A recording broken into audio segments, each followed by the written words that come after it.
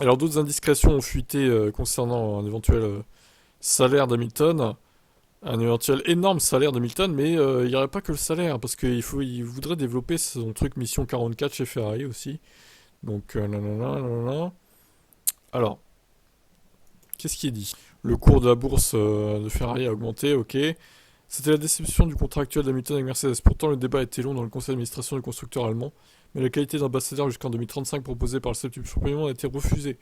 Ce refus a fait écho à John Elkann, qui propose pour sa part de développer l'empire d'Hamilton, un accord qui pourrait atteindre les 400 millions d'euros. La première proposition du patron s'est allée sur 2 saisons et 92 millions d'euros, 46 millions par saison. Nous étions alors au début de l'année 2023.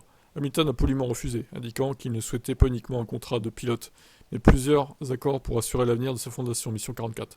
L'accord actuel serait de 80 millions pour 2025, plus une option pour 2026, avec environ 20 millions d'euros de ce montant, délivrés sous la forme de primes et de bénéfices, au bénéfice de la fonction du pilote.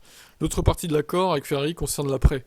John Elkann propose de créer un fonds d'investissement commun doté d'environ 250 millions d'euros, via la Family Business Exor, afin d'investir dans les projets de Lewis Hamilton et de le transformer en ambassadeur de Ferrari.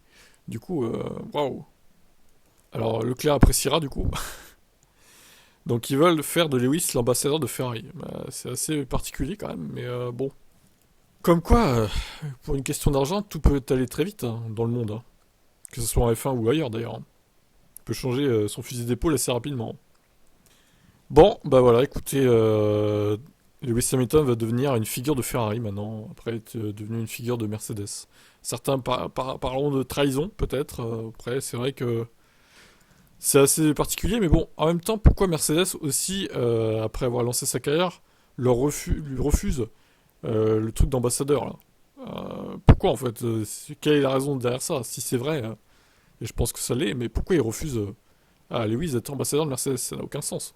C'est la figure emblématique de Mercedes, au contraire. Pourquoi lui refuser? Enfin, waouh.